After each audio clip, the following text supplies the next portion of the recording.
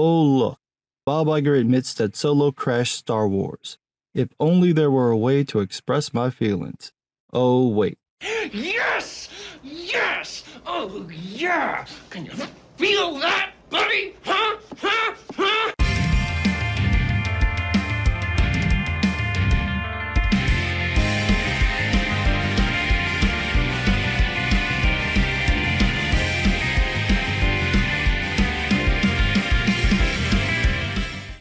Let's not bury the lead. From Deadline, quote, Disney CEO Bob Iger says that the company is still being very careful with developing Star Wars feature films in the wake of Solo's soft box office. As far as Star Wars, Iger said disappointing box office returns in 2018 for Solo gave us pause in terms of the feature pipeline. Executives determined that maybe the cadence was a little too aggressive, he added. Yeah, thing?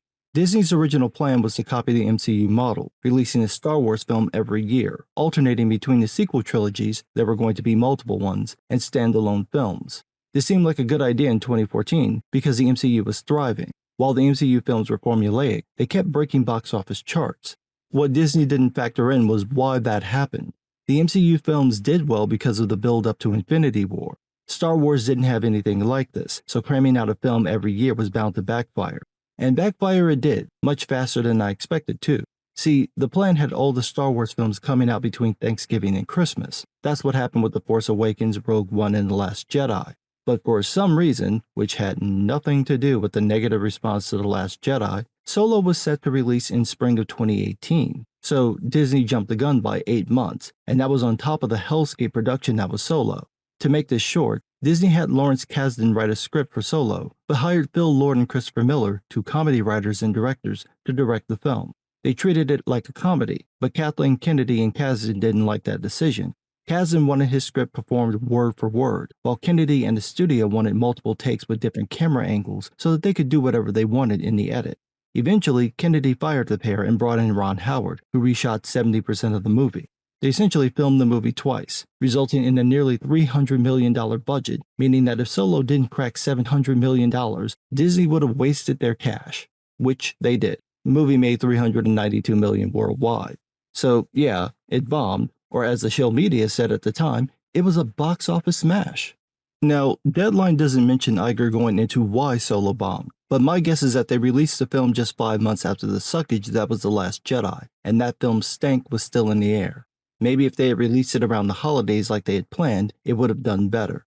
It also didn't help that everyone knew about the production mess, or that it leaked that Lando was going to have a sexual relationship with a militant droid who protests for droid rights. Yeah, I wonder why it bombed.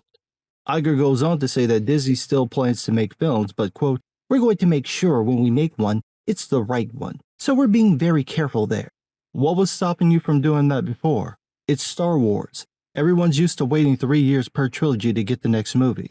You didn't have to cram out as many Star Wars films as possible. But no, because you decided to turn Star Wars into the MCU, you managed to nuke Star Wars. It took the MCU 47 films to wear people down. With Star Wars, you did it in 3. Impressive. Most impressive. Speaking of Marvel, Iger also admitted in the Deadline interview that maybe every Marvel character doesn't need a sequel film. Quote, with Marvel, he said, there are 7,000 characters. There are a lot more stories to tell. What we have to look at in Marvel is not necessarily the volume of Marvel stories we're telling, but how many times we go back to the well on certain characters. Sequels typically work well for us. Do you need a third and a fourth, for instance? Or is it time to turn to other characters? Iger didn't get specific, but his comments came less than 3 weeks after the release of Marvel Cinematic Universe entry Ant-Man and the Wasp: Quantumania. The third Ant-Man film has grossed more than $450 million globally, but drew tepid response from critics and posted a 69% second-week drop in the US, the steepest by any MCU film to date. Ant-Man has never been that popular of a character, and his previous films did well but never cracked $1 billion. Part of what's happened with the Marvel films is that people are spent. All their energy was building for Infinity War, and once that happened, they needed a break. But Disney, being the money-hungry corporation that it is, won't let the MCU have a rest. They could spend some time focusing on the X-Men, the Fantastic Four, and the other Fox properties. But no, they just pushed forward like nothing happened, resulting in a boring, mediocre Phase 4 and a setup for some major event that no one cares about. Plenty of people predicted this would happen. Eventually, the MCU formula would get stale and audiences would get bored. They're going to want something else, and it's unlikely that Disney is going to deliver that before it's too late. The only plus for Disney is that the Warner Brothers DC films are such a mess that they're not pulling in good numbers, so if people have to choose, they'll probably pick the MCU or watch nothing at all. But you can't build a business model around that.